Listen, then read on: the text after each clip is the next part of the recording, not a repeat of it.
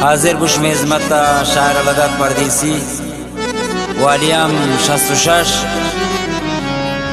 पेश एकंत शुमे हिज़मत मेहर सिदीव मिर्जावा व कीबोर्ड वाला उस्ताद मेहरुल्लाह मेहर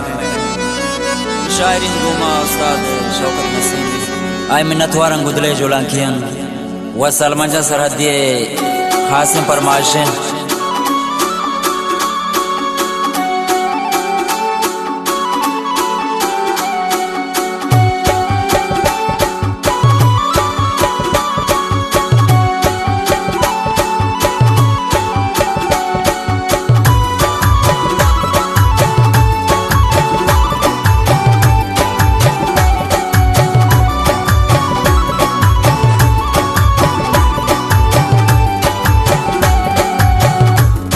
ऐना मर्द दुनिया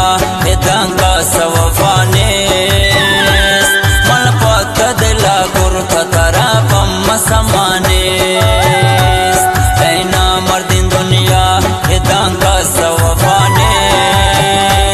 मन पत दिला गुरु तरा पम समाने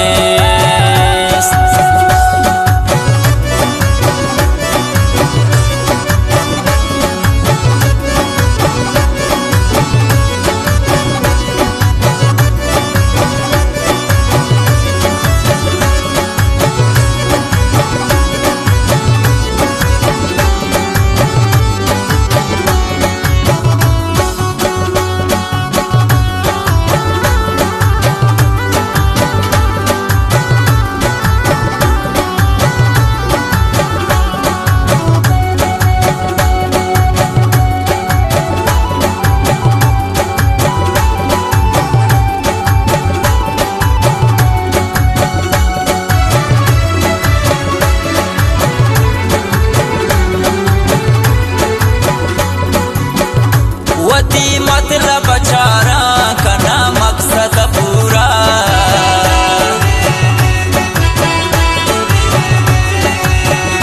वती मतलब चारा कना मकसद पूरा